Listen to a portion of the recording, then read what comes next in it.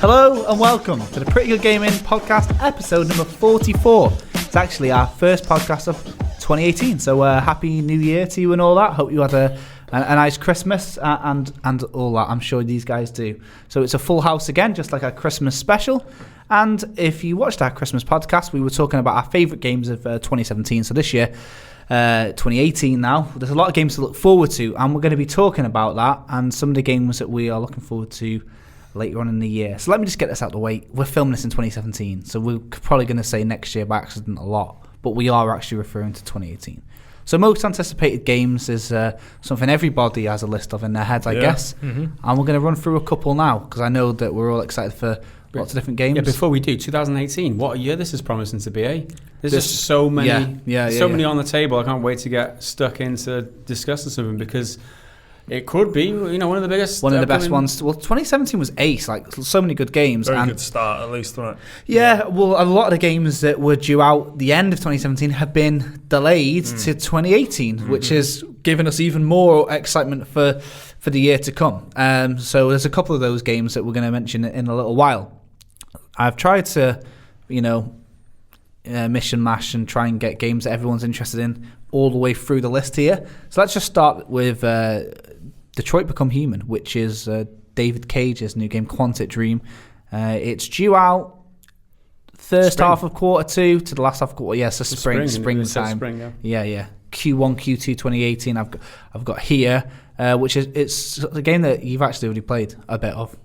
Yeah, right? We tried it at EGX, or I did at least. Yeah, very excited for this one. David Cage's next installment. We've talked about it a number of times, but it's that game where you get to make decisions, and your characters are affected by the decisions that you make, and every single one could be important, or it might not be that important. But I think this is what's unique about what David Cage does. He tells stories through his gameplays and puts you in situations that not all games do, and you're able to live out different lives, different scenarios, like a sci-fi setting. We're set in the future with his androids are taking over a lot of the jobs, the regular jobs. There's a huge unemployment in this world. It's the world that's coming to terms with that and how they go into the future. But these androids are becoming kind of self-aware, and they're like, are we human? Do we deserve the same type of rights as human? Do we consider ourselves to be, worthy of the same respects and stuff? So. It's a very it's kind of a very forward-thinking game in terms of, like, we could feasibly be at this point in a couple of generations' time. So he doesn't like to consider himself a maker of games. He just likes to say, I tell stories, and it's something that's been in the press, right, guys? We've seen this domestic abuse conversation happen for whatever reason. Well, for a very specific reason, actually, because it's domestic. It in a fucking trailer. Yeah, for the trailer, right? But it's something that he kind of holds in high regard, the fact that he's able to tell these stories. And he does it in a way that, whether you're a David Cage fan or not, it's kind of his own genre. There's not many games that play out like a David Cage game.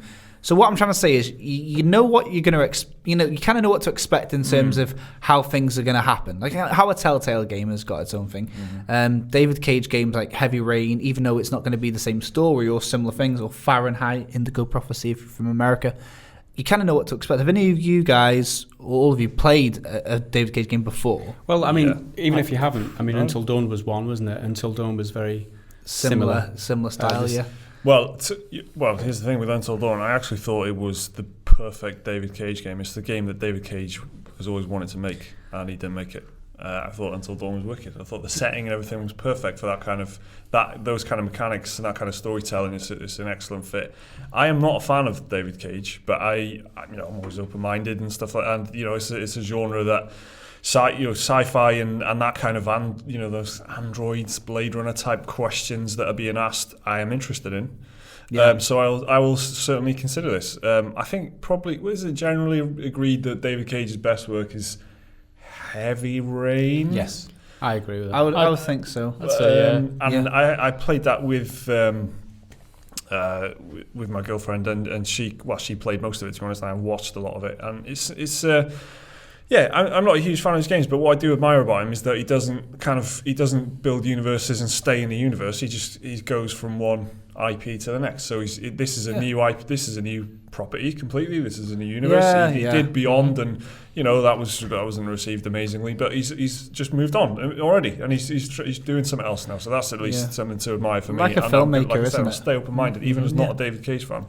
The fact that he goes from one thing to the next means that I can still be interested in it, despite not being a... Every game is another opportunity to impress and pull in a different audience, story. right? It's another different, you know what I mean? So rather than getting caught up in a connected universe. And if you're not interested in that, then your hopes already killed off, right? Liam, you played I think you played Fahrenheit, is that right? No, Fahrenheit I've only ever played a demo for Beyond Two Souls. Other than that, I'm not very familiar with David Cage games, no way. I have to admit. Oh, where did I get that from? This has got me intrigued because, like Mike said, it's a setting that I really like. You know, the sci-fi, can androids be considered human? I love that whole a bit of philosophy and sci-fi and stuff like that. Yeah. So I might give Detroit a try. It's dependent on reviews for me, I guess. What if I buy a copy for the office and force you to play it? Well, I mean sure, that'll be right. I'll bow to the pressure.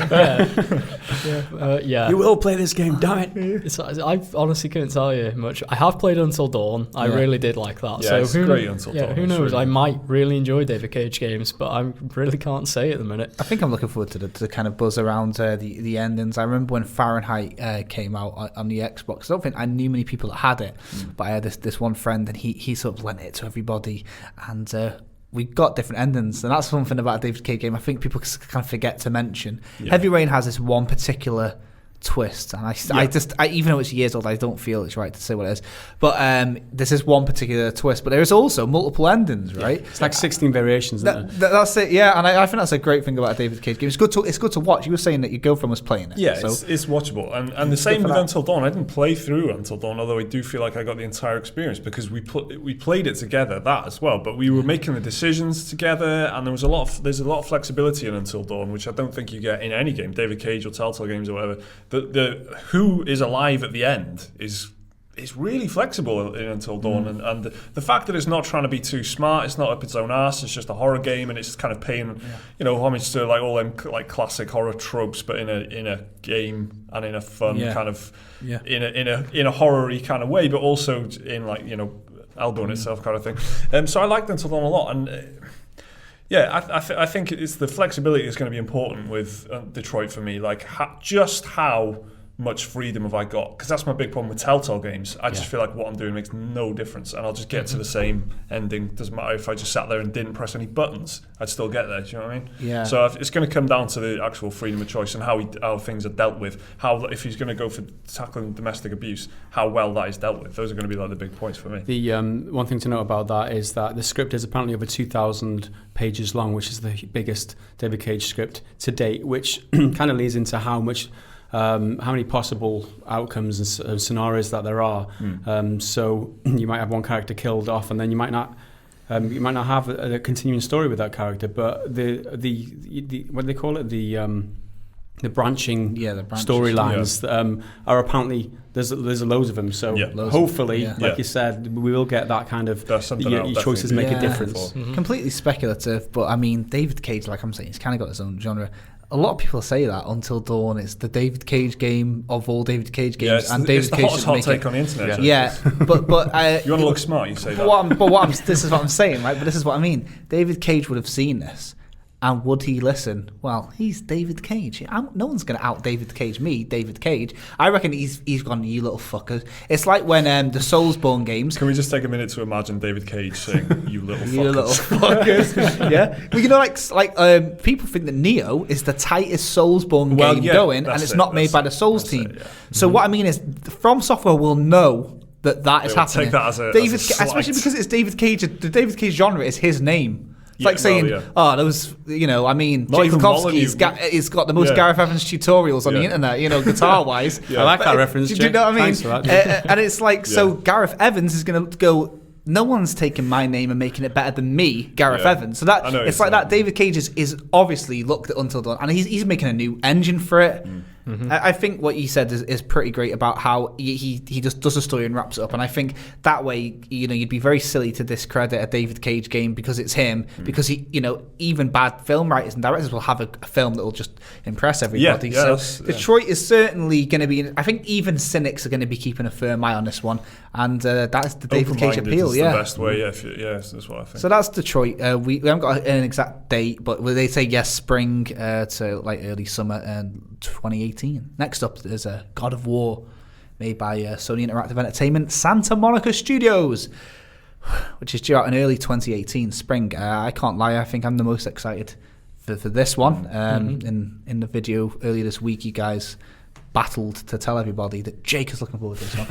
It's true, I am. Tell us why you're looking forward to it. Well, I really like mythology and stuff like that. I don't know why, just the way it ended up. I've read a lot of books when I was a kid about mythology, was really interested in it, just always have been. Norse mythology seems the most exciting to me. They've got the Vikings, the giants, all this and that.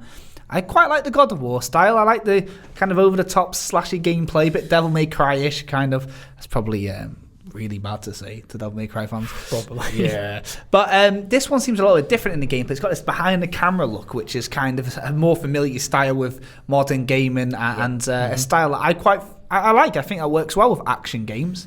Resident Evil 4 isn't an action game, but I think that championed this over-the-camera thing really well. And since then, loads of games have done Last of Us. Yeah, that's what I was going to say, actually. The Last of Us and the way that they made that combat works in that is probably one of the highlights of the game for me, just how fucking horrible it is, just being that close and that really desperate kind of combat style. And they did that by putting part of the way they did that was by putting the camera in so tight, and you can, Joel takes up so much of the screen, and then he's just battering people and choking people out and stuff. So if God of War had this like really visceral kind of violent thing going on, and then they put you like right close in the middle of the that action. That's you're quite seeing a brave idea. giant cool. wolves' jaws being ripped off by Kratos' bare hands and shit, which is the sort of thing that the game puts you up against.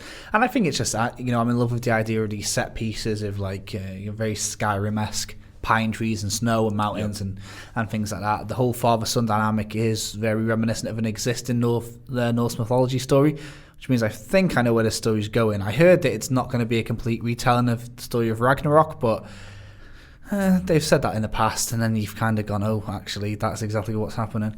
So it just seems to be checking all the boxes.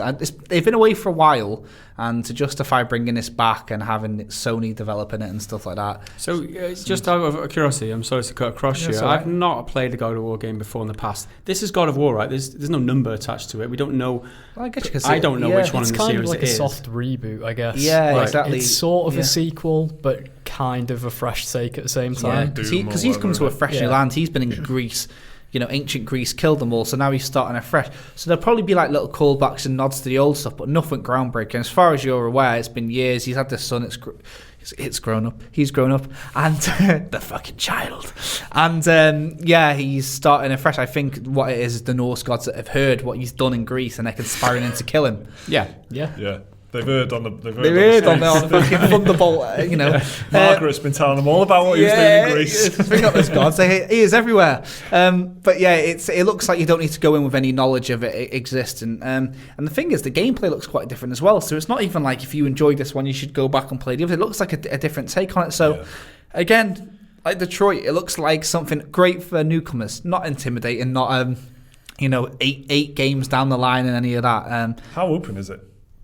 Have they said like it's supposed to be quite linear? That's what I was going to ask. It is quite linear, but from what I saw in the interviews recently in the PSX, there are areas with that you can explore, and you can take your time with. Although it is on a linear path, so you do have to progress to the next area. But there is room to explore at the same time. I'm imagining like how The Last of Us was, because you had those areas where you were in an empty town and you can loot all the houses, but ultimately you're on one side of the village, you've got to get to the next. I can imagine it's going to be like that. The way that God of War is going to be will be caves and mountains and lakes and rivers. There'll be loads of linear, narrow, windy, fight them all to get to the next stage. Such is the way. I think, to be honest, these days when someone says a game is an open world, I'm almost like that's preferable.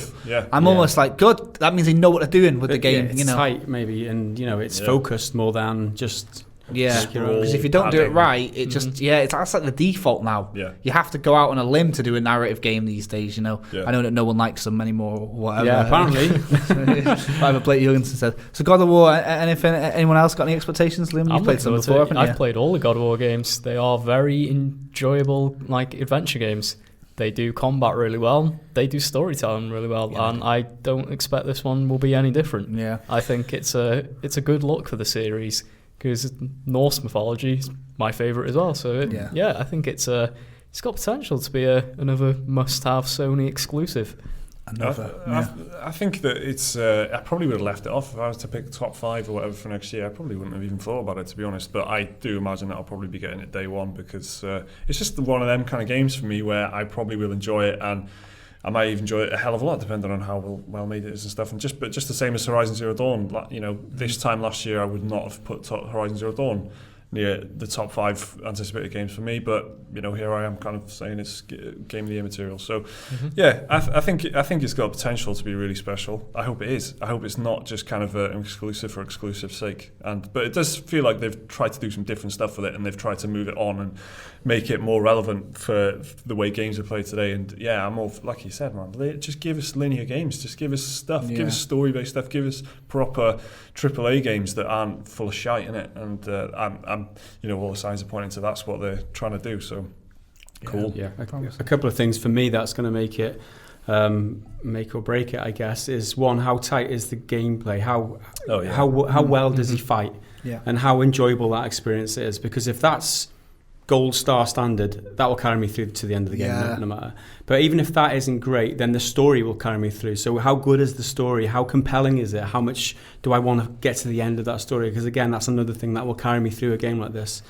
So those are make or breaks for me. I don't think it's a day one, although I am more excited about it having played Hellblade, because that's one game that came out this year that you can kind of make comparisons to, right? No, totally. I mean, the way that the camera is, I think, and the way that you've got this Norse mythology, and how close things are, I think. Had I not played Hellblade, I probably wouldn't be as interested as I am about God of War. So I am interested, but I don't think it's a day one for me. Yeah, it's certainly going to be another notch in Sony's ever-growing bad poster for single-player narrative experiences. One of them bad posters. Yeah, we've all got them, right? Okay, so next, completely different vibe from God of War. This is something hugely open world and hugely anticipated. This will be at the top of everyone's list, I think, in terms of gamers as a whole. Red Dead Redemption 2, Rockstar Games. Yeah. Due to come out second quarter of 2018, so we're talking summertime. Who isn't looking forward to this game? This is going to be a fucking masterpiece. I'm telling you. This is going to be a masterpiece. This has got the potential to be game of the decade. That's a bold statement, but think about how accurate that could actually be. No, you're right. It's one of the few games that enters that kind of realm. I'm not personally so excited for it, which is evidenced by the fact that that is not my most anticipated game for the year that's coming up. But still, I think you can never ever count Rockstar out. Yeah, you can never just expect them to do run of the mill. You can never expect them to shoot for 8 out of 10. They're shooting for 10s. No. With all that, with GTA, everything, they're shooting for Game of the Year every year. Right? This is I am very confident that this will be absolutely mint. This will be this will be good. This will be good. They don't miss any opportunities. They don't miss any beats when it comes to single player. Every Grand Theft Auto game they made seemed to be an improvement and a tweaking and stuff. And it's something that we've all learned when we look closely at games as our jobs. We look at the sales and things like that. And one recurring thing every week, and I mean this, not no exaggeration here. This is every week this year. Grand Theft Auto 5 has been in the top 10 UK game sales 4 years after release. Yeah. And they are doing that, and they are selling these because Grand Theft Auto 5, Rockstar packages are so sleek, so well done. Red Dead has got a different demographic, in my opinion. I don't know if the 15, 16-year-old kids from around Rail, where I live, will be interested in that. I know that they'll be dead interested in GTA. Red Dead seems to be a little bit more refined. It feels like a bit more of, I don't want to say grown up, but it's a little bit more of a, You're definitely right. There's a huge overlap between GTA and Red Dead people. And I'd say most people who play Red Dead will have played GTA. But you are right. It's not going to be this quite the same kind of audience, like long term, and depending on how they go for that for the online part, we don't know what their business plan or their business model is for that.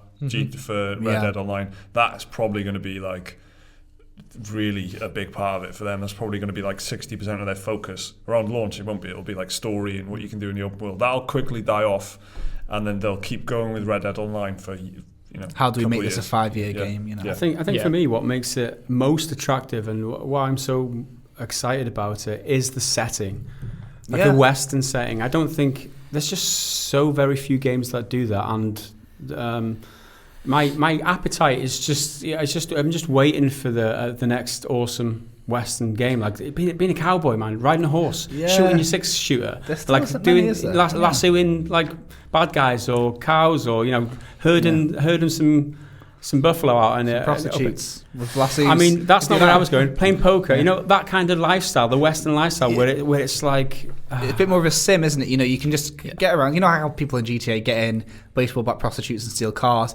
You can just go around on the ranch, can't you? Playing poker games or kicking down saloon doors and shooting people in the face. If you got that opportunity to do it. I think you're right. Westerns are something which is, I don't know, it surprises me because obviously America's history isn't like our history. We've got the medieval times. Americans' history goes back as far as like settler times, but there's a huge obsession with Westerns, and Western films were massive. Western seems like such a big part of especially American culture, but there's not many Western games. There really isn't. Not recently, no. I mean, even over time, there was not many great ones. Like there was Gun and Call of Juarez and stuff like that. And they were good, but this game could be, especially because outside influences like Westworld and stuff have made people go, oh, fuck yeah, Westerns are cool.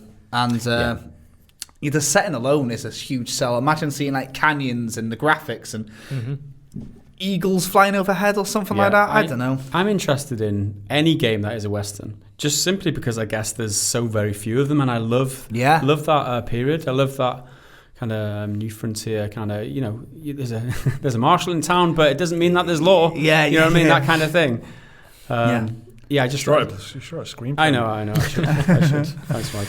But I'm super excited just to play the world more than the story and things like that. Even that Wild West Online, that's probably gonna be shite, but that's still. I was still looking at that. I'm interested in it because it looks good. It's the immersion for me as well. Yeah. Are you looking forward to it, Liam? Of course I am. I mean, it's Red Dead. Yes. I put hundreds of hours into the first one.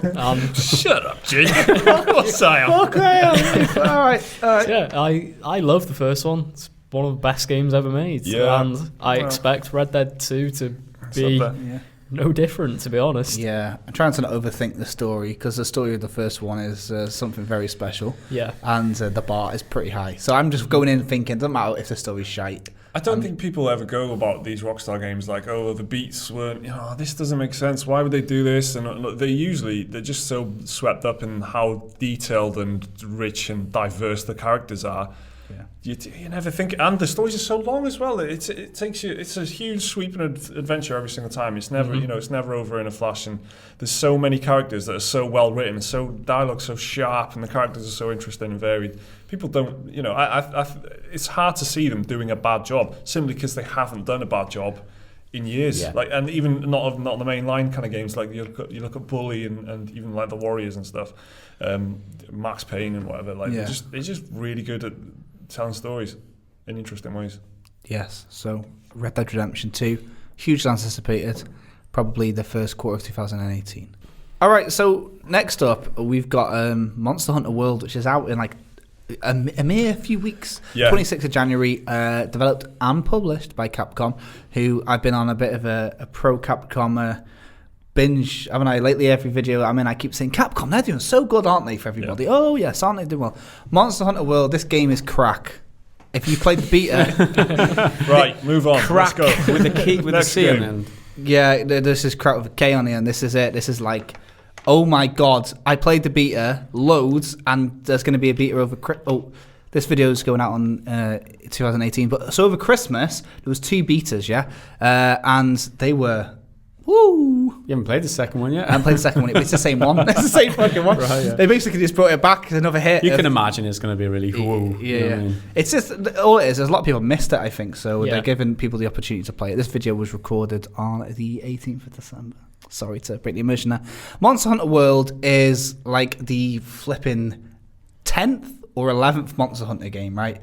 But there's all these different versions of it. You know how like Kingdom Hearts has got the 2.85 Rubik's Cube remix version or whatever? This is like Monster Hunter World. This is like the 11th one. But it's the first one for a lot of people because it's the first one on a big console, a big screen, something not, just mobile phones. I think it's the first console Monster Hunter since there was one on the Xbox 360 which only came out in Japan. So it's 3, I think. It's like a pretty big deal, I guess. Yeah, it's a game quite similar to Dark Souls. That's going to annoy everybody, but bear with me. What I mean by that is it's a game where it's got its own genre. But Jake, Monster Hunter came first. Oh yeah. I hear you. Well, let me tell you why. Now, basically, I mentioned this game was quite similar to Dark Souls, and there were some people wondering why I meant that, and I'm going to explain why, and I'll tell you now. It's a Japanese company that have made a game that comes into its own. It's its own genre. It's not trying to be a film. It's the video game medium doing what the video game medium does, and it puts people through this unique experience, and it has a cult following, like how Dark Souls has got a cult following. And I'm not about the difficulty, I'm not about the gameplay, I'm not about the specific thing. You can only get the hit of this crack by playing more Monster Hunter. You say, loads of people are going to play Monster Hunter for the first time with this, and it's going to be like their first time playing a game like this. It's going to blow people away, I think. I can't wait for this. This is my most anticipated game of the year, and it's out in a couple of weeks. Well, me too. That's why Red Dead Redemption is not, because of this game. I'm looking forward to this game a lot. Might be something to do with the fact that it's literally out next month as well, and it's so close. I can taste it. I know that it's. That it's almost there. Yeah, I'm really excited about this. We played a little bit at EGX as well, right? And that's the only hands-on I've had. I didn't actually play the first beta, but I might have played the second beta by the time this podcast goes out. So who knows? But yeah, I really enjoyed it. Mechanically, it feels really tight. I really like the co-op potential of it. I really like the flexibility of the weapons and how that gives you a different task within a different role within the party. Exactly. Yeah, I think there's a lot of potential here. It is a massive game by all accounts as well. It's like 40-hour story or whatever. I think that was just single player content as well. Exactly. That's not counting all the co-op so that's stuff the you can do. story and not including the actual monster hunting meat, which is like the equivalent to like an end game or something like that. Yeah, that's right. They're adding free content in patches that are going to be completely free as well, like they've been doing for a couple of years. Something which added up to 80 hours on some games of content for free. So 500 hours of content plus 80 hours, completely free. Unreal. Like I'm saying, if you've never played a Monster Hunter game before and you have a go of this, you've already played the beta or something, if it clicked with you, it's gonna hit a spot that the other games won't unless you play other Monster Hunter games. That's why people are addicted to Dark Souls, isn't it, and Bloodborne and all this. It's because you can only get that feeling from playing a game like that. Monster Hunter is one of these. It's if this does well, there'll be a sequel, I'm sure, and I think it's its first like Liam said, console release in the West. So I genuinely hope this does well, and I feel very confident that this game will be considered for Game of the Year. Some places already, from what I played, the demo had more content than some games have got. It's silly. It's going to be interesting to see what the actual mainstream appeal of it is, because a lot of people don't really know what it is. But I think that's the strategy of having these betas, isn't it? Getting it into the hands of people, so that word of mouth starts spreading, and that it gets into podcasts and whatever like this. So that I think that's what they've got to rely on, really, is that, because if it's just been on handheld for all these years, people have no idea what it is, and if they're not kind of sold on the Monster, no, that doesn't sound like something I'd enjoy, kind of thing. It's that kind of title, if you know what I mean. It relies on word of mouth, but a word of mouth with a culty fan base, which is very culty. I mean, there's plenty of other similar named. Yeah, you heard me right. Yeah, like, can you imagine? Like, you never played a Souls game, and then people are like, "Oh my god, you've not played a Souls game? Oh my god, what are you doing?" Yeah. Them cults, and you're like, those cults, and you're like, that's what Monster Hunter's relied on. It's relied on word of mouth from obsessive fans. They're just absolute cults. You just think you're like, So they're ringing that one out on your microphone. Yeah, I was going to say, Let's take your chances when you can, I suppose. Isn't it? So the beta has had an opportunity to just show people. I mean, Liam, you played a previous Monster Hunter game or two, right? I've played quite a few of them. think the last one I played was Monster Hunter 4 Ultimate, which is pretty recent. Came out a few years ago on 3DS.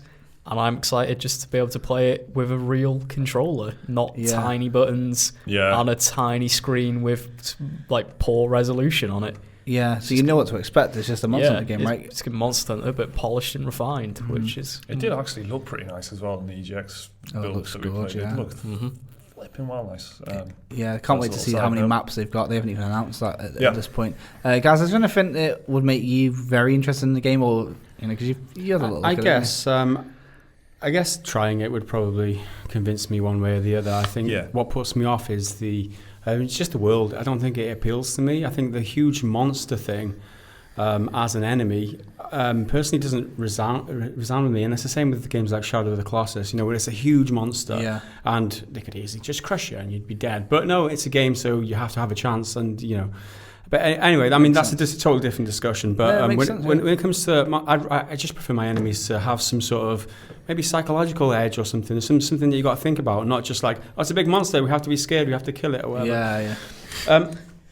So what you're not seeing is the nuances of kneecapping a Tyrannosaurus Rex monster. Okay. That's what I'm saying. Maybe if I kneecapped a couple of Tyrannosaurus Rexes, I might change my mind. Yeah. That is a thing, by the way. But I don't know enough about the game. Is it open world? Is there just like little areas that you move on to? That's right. It's like a section of big maps. It's kind of like Destiny, I guess. It's a big map, but that map's open, and basically you have to start everything by like actually tracking the monster through this like big world, so that you might get a tip that it hangs out down by the river. Yeah. You go there, and there's like a giant dinosaur just like in the river. Follow its footprints or whatever. And then just take it down. There's a couple of like different. They're like biomes. So there's like a wintry place, a jungly place, and stuff. So it's it's not open world. It is connected.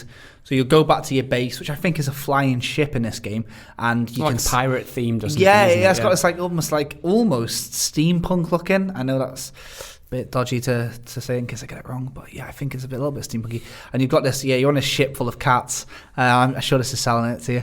And, you know me too well, Jake. You know me too well. And you get your big anime weapon out with your obviously your oversized, hats. really heavy weapon that you can swing around really easily. Obviously, it's weird if you play it and it'll connect with you. It'll just connect. Yeah. But I can see why it might be a hard sell. But the beta is coming up soon.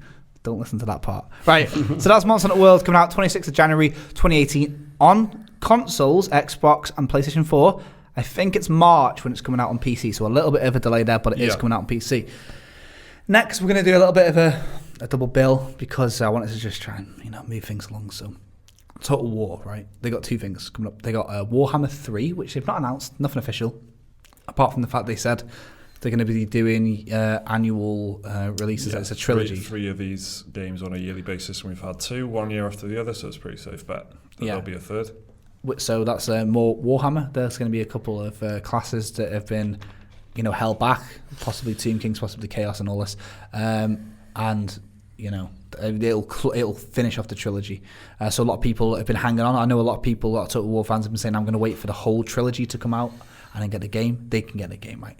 And there's also another Total War thing, which is a little bit closer to traditional Total War, which a lot of Total War fans have really been waiting for. It's the Thrones of Britannia, which is set in I think it's 1873 AD off the top of my head. I think 873. Oh, so 873. That's it. Yeah. Sorry. I added a 1. Yeah. It's 873. And it's just about Vikings. They've invaded and it's centered on Britain, isn't it? This is the first of what they call. They're calling it the Total War saga. Saga. So it's the first of like these. Very specific like areas that they're going to be exploring in the future. So it's which is exciting for me as someone who isn't really interested in the high fantasy world of Warhammer. And I was a huge fan of the Total War series back in its what I think of as the heyday when they were all historical, like the ancient Rome periods, and then all the others that they did. Really excited for this, having no interest at all in Warhammer and all those.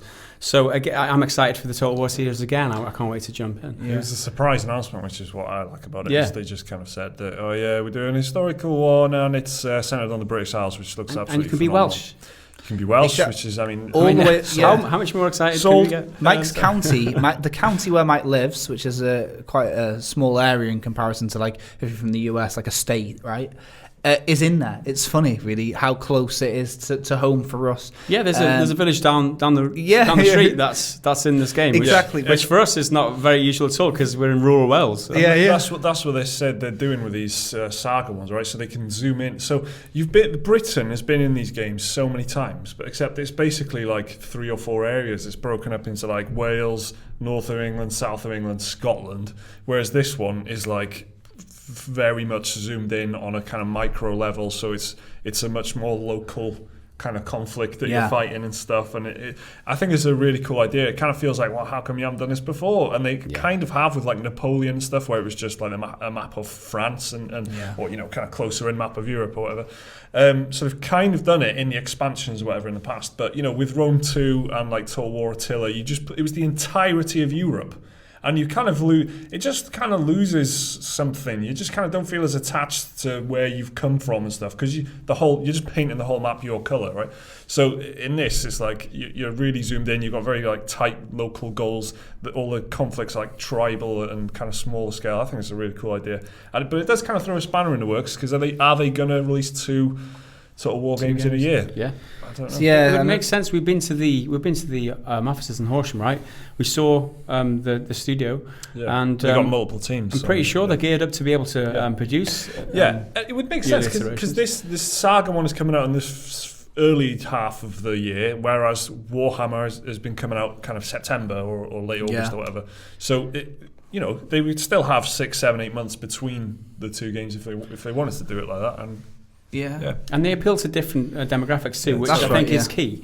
Because, like I said, I've got no interest at all in the fantasy side, but I am really interested in the historical and you're side. certainly not alone. From a lot of Total War videos and comments, a lot of people are just waiting for this day when they can get back to sort of the real fucking Although world, mechanically, the Warhammer games are fucking magnificent. I can't even tell you how well designed they are. It'll be interesting, because that means the historical fans will get to experience this engine at the very least. Exactly. Yeah, they will have learned. They will have taken things over for sure that will make the historical games more interesting. And then one little final note as well is I was kind of thinking as to why would they have done this and kind of why would it make sense for them.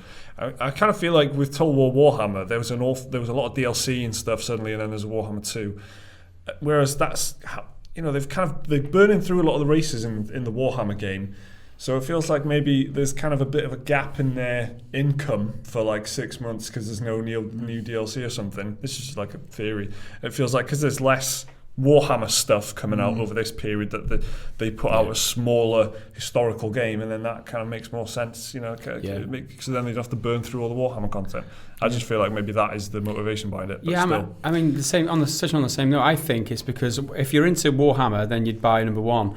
Warhammer 2, which came out this year, if you've not already invested in Warhammer 1, you're less likely to buy Warhammer 2. And then again, less people again are going to buy Warhammer 3. So that's 3 years in a row where you've got a dwindling potential consumer base. Yeah. Whereas the second year comes around, they realise that they're going to lose out if they just carry on for the 3rd year. So they've got to come up with something fresh, and I think that's... And this is genius, I think. It's the absolute best decision, and I am looking forward to it. Yeah, again, like some of the other games we've mentioned in our list as well, it's a sort of an itch only another Total War game can scratch. So another unique game on this list, which is something I've noticed a lot of these games are that we're dealing with. They're unique to their genre, or they're their own genre, so that's interesting. Next up is the return of SpiderMan, which is just a Spider-Man game by Insomniac Games. Literally called just Spider-Man, isn't it? Unknown 2018 is the release date, but they say summer. So this is a game that, I mean, Mike and Liam, you guys were both fairly excited for it after watching it at E3. Me and Gaz, not so much. So why don't you tell us a little bit about Insomniac Games and why that is a great thing, first of all, and then... So Insomniac are probably best known for their Ratchet & Clank series and Spyro the Dragon. Yeah. And all their games are just like pure fun.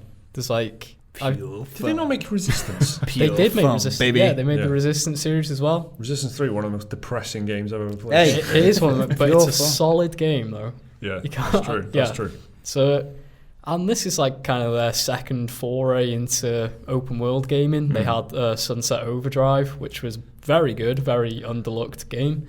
But having played Sunset Overdrive, that's got me confident that they will absolutely nail the open world aspect of this game. I think what the most exciting thing about the Spider-Man, from what I've seen, is the actual movement of the character. Yeah, he's just the animation's bouncing like around. Slick. Looks very Spider-Man-y, and it does in some ways look like Batman Arkham, but Spider-Man. Yeah. But in other ways, they've just really seemed to have taken that and made it fit and make sense for Spider-Man, and it's got me. I mean, it's got me interested and excited in a superhero game, which is great for me because an actual good superhero game, which is quite rare nowadays. Exactly, I've been a big fan of superheroes until we've had like 3-4 superhero movies a year, and I just get pissed off when there's too much or something.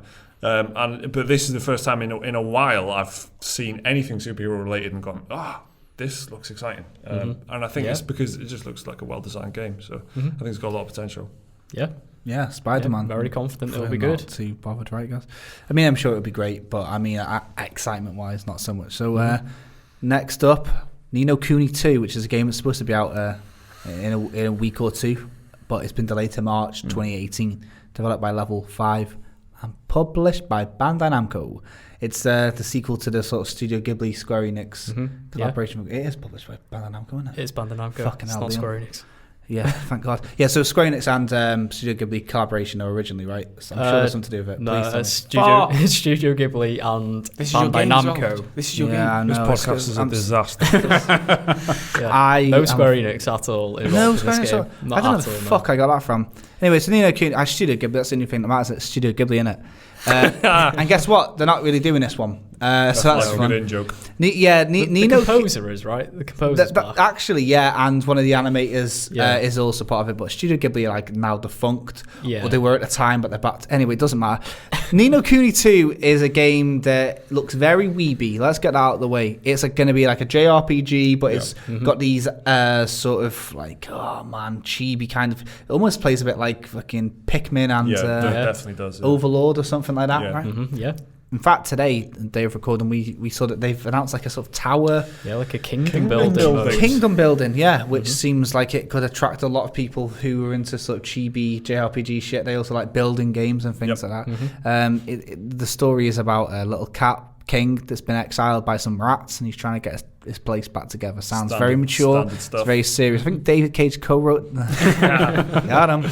But yeah, it's great. In fact, EGX, this is my most played game. I don't even know why. I wasn't expecting to at all. Yeah, I kept going back. I don't know what it was. Because it was a good demo. It was quite a meaty demo. You had choices of different. The game's got these different gameplay mechanics, and they had different sections in the demo that you could try out. I think it was a pretty good demo. Different game mode, because there was the tactical mode as well. Yeah, that's it. Yeah, and you could do just the battling, and you could do like the overworld walking around JRPG stuff. So it kept me coming back, and I was very interested to see the different angles of it. I'm looking forward to it. I'm going to definitely be waiting for the reviews personally, because whether I probably will pick it up at some point, but I just whether or not it's an early purchase, I'll need to see what the critical kind of reception is first. But it does look good. Yeah. So Ni no Kuni 2, which again we were a bit disappointed to find out it's been delayed after all this time. Gives more time for Monster Hunter though.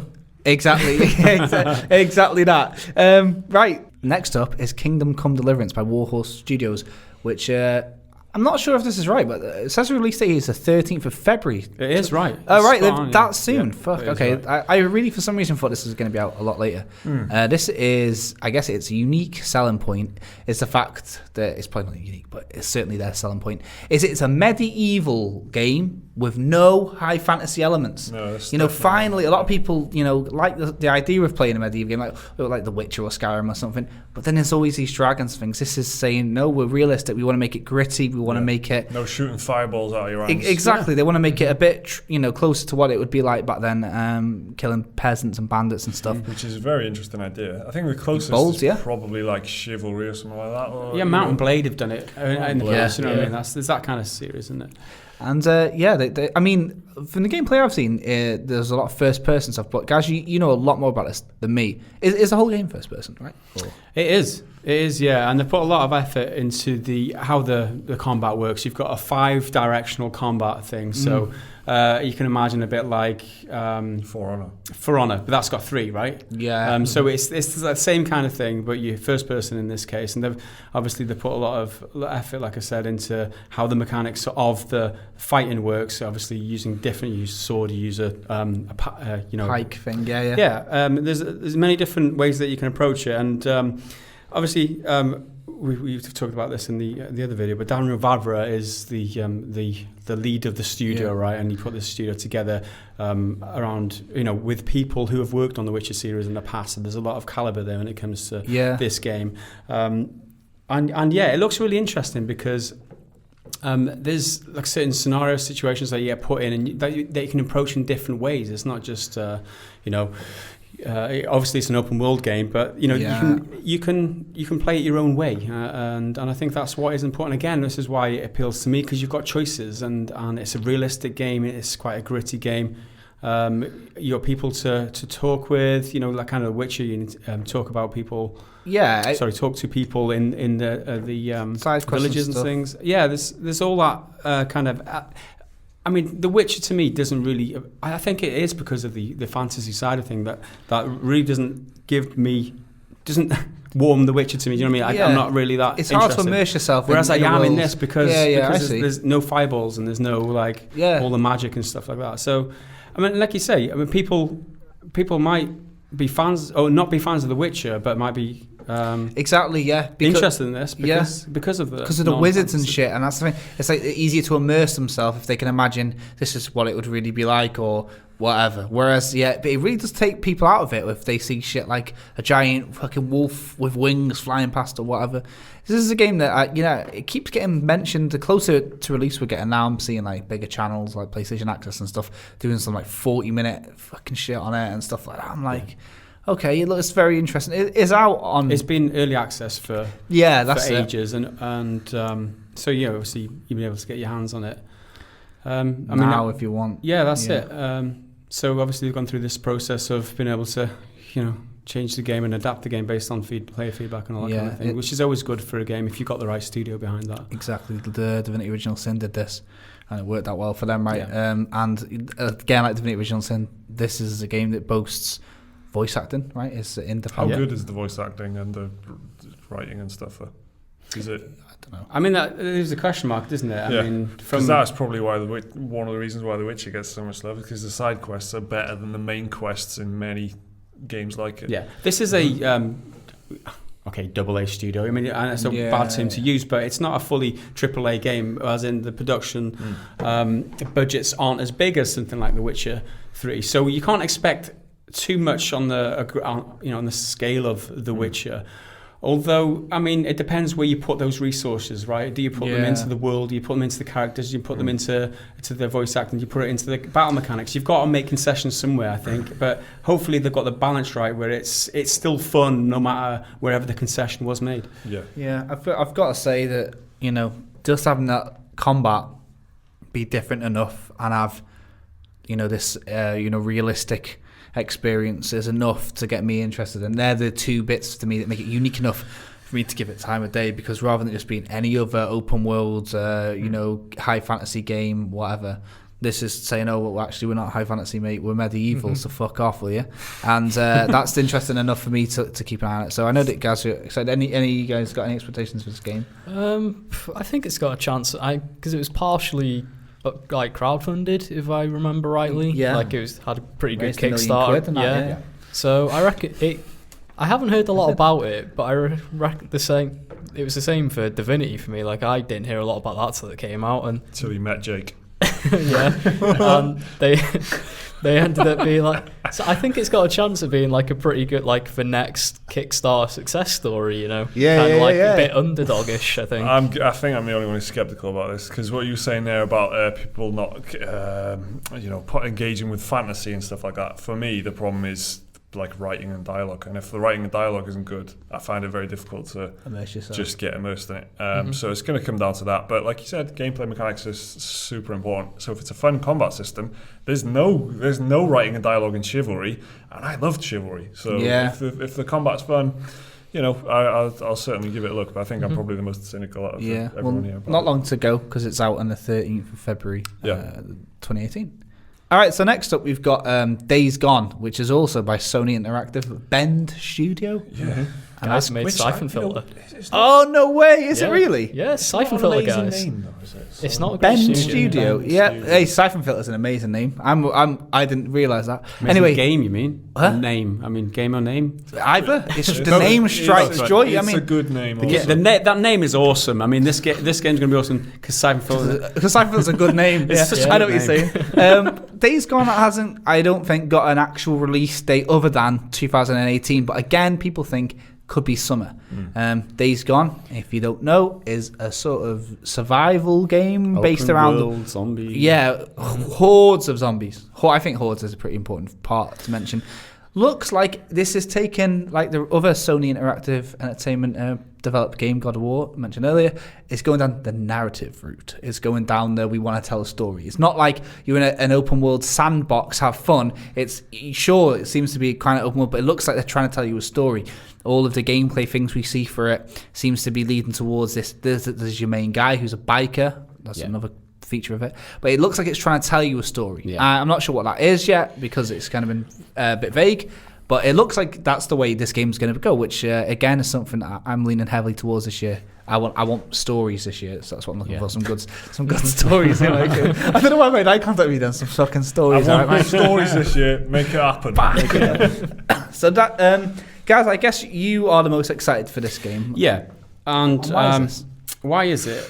It's because of the world, I believe. I think it's a really interesting world for me. I know it's a zombie, I know it's an open world game, and those are overdone to death. But there's something that seems different about this game, and it was the same feeling I had around Horizon Zero Dawn. I don't want to take any credit for the fact that game was awesome, but I did predict that it was going to be a good game. Contrary to what everyone else was feeling at the time, I do feel this is going to be one that's going to surprise a lot of people. I agree. I think a lot of people are going to like this game when they didn't think that they were going to like it, because there's a lot of good signs. I can't say for definite, but there's a lot of good signs. Like the developers were talking at PSX. Not at PSX, the one Paris Games Week. Yeah, it was either that or the one previously. But they were talking about how much room Sony were giving them to make sure that they were happy with it. There was no pressure for publishing, so they were setting their own schedules. They're able to realize the world that they want under no pressure, which is great from Sony's point of view. And I think that's one of the reasons why Sony are one of my favorite publishers right now, because they do give the creators a lot of space. I think Guerrilla said exactly the same thing about Horizon. It says another kind of tie into the Horizon thing there. I think that they were given a lot of time. I think that hopefully there are some unique things here, and hopefully the open world is done to a good enough standard that it sets itself apart in ways, and the gameplay is unique enough so that, because I think what it's going to live and die on is like the way Horizon Zero Dawn dealt with the open world thing. How unique is the open world? How enjoyable is it to play? And I think hopefully if they get that right, then all the people that are turned off because it's just another open world game, it's just another zombie game, I think that is what's going to make or break it. I think zombie games have been, like, over the past couple of years, like loads of them have been multiplayer, right? Loads of multiplayer focused, Daisy, Left 4 Dead, etc. Single player zombie games, there's not many. I think Days Gone's biggest problem at the moment, in terms of like fan reception, is a lot of people are just going, hey, hang on a minute, this is like The Last of Us, but it's not The Last of Us. And I'm not sure, I'm going out on a limb here, I'm going to say this. I think that Sony know that, and obviously Sony have had to agree to this game to develop and publish it. If it was too close to The Last of Us, they would have said we've already got The Last of Us. Yeah. So I think it's going to be different enough, because a lot of people keep comparing it to, like saying it's a budget Last of Us and all, because it's got the zombies and the grittiness and all this.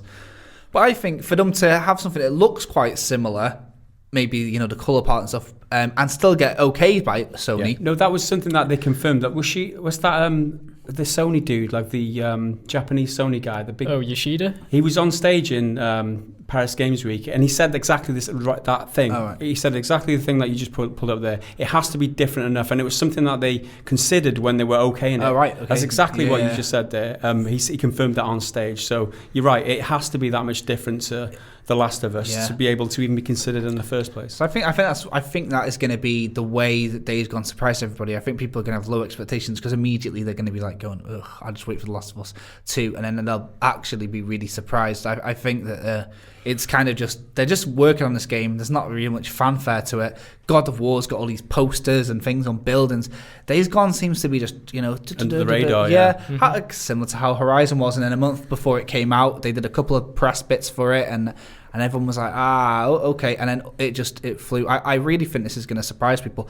And I would, predict that this will be in a lot of people's Game of the Year list if it hits well, because people will be like, oh, I didn't expect much of it. Like Horizon, like Mike, and the Mike Horizon thing. I think people will have that. What do you guys reckon? Any predictions for Days Gone? Or are you going to No, I'm not looking forward to it. I just...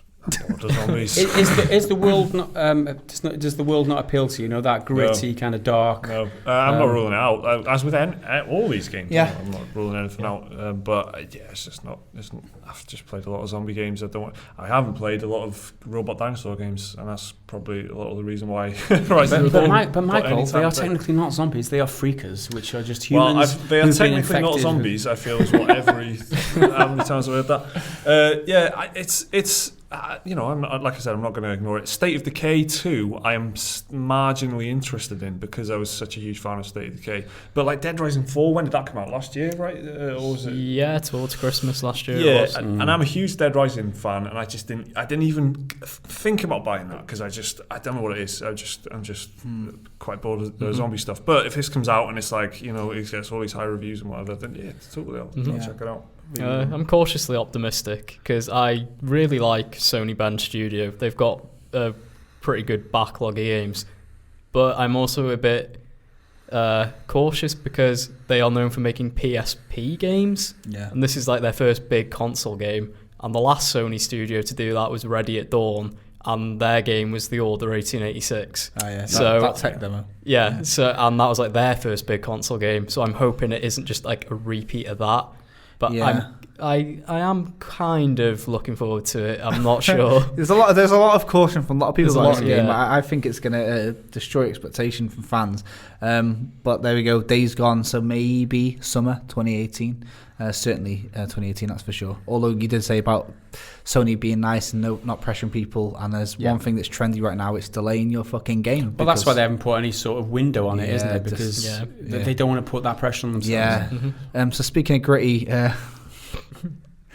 I can't do it. Kingdom Hearts 3, guys. Square Enix. Coming out sometime in 2018. At the time of recording, there was a rumour, a leaked target listing stating that November 1st is the release date. How true that is, we do not know. But what we do know is Kingdom Hearts 3 is coming along. Not 2.5, not 2.8, not 2.9, not 2.83. An actual mainline game. The first one since 2005, I think it was, Kingdom Hearts 2 on the PS2. Yeah, huge fan base. I like Kingdom Hearts. Got a cult following. You're considered a fan. I'm looking forward to it a great deal, yeah. I mean, it's a fantastic little RPG series, and I think Kingdom Hearts 3 has been in development since 2007. It was meant to come out on PS4. It was meant to come out on PS3 originally, alongside Final Fantasy 15, which back then was called Versus 13. And it was kind of one of those games that got left by the wayside a little bit. But they've really taken it back to the drawing board in the past few years, and they've redesigned the entire game from scratch, pretty much to be better suited to today's consoles and that sort of thing. But I'm really looking forward to it. So obviously, for those that aren't aware, the Kingdom Hearts series is quite a famous Final Fantasy cross Disney. That's it. It's a big merger. You got all these Disney, like Goofy and Mickey Mouse and stuff, and Disney since 2005, when I guess they first conceptualized the idea, has acquired half of the fucking Western world's media. So you could see Avengers in there, you could see Luke Skywalker, and you could see everything in this game. I'm not sure how much the fans are looking forward to the cameos, or do you just care about the game? You're not really that excited for these? A lot of people, a lot of the fan base even are probably more excited because it's meant to be the conclusion to the Kingdom Hearts story. This is like the last game in the series. Okay. So a lot of people are just like very anticipated for how they're going to wrap up this story and all these characters, because they've spent, I think, like dozens of games building out this world, all these characters, and so people are just excited to see how they're going to wrap all that up.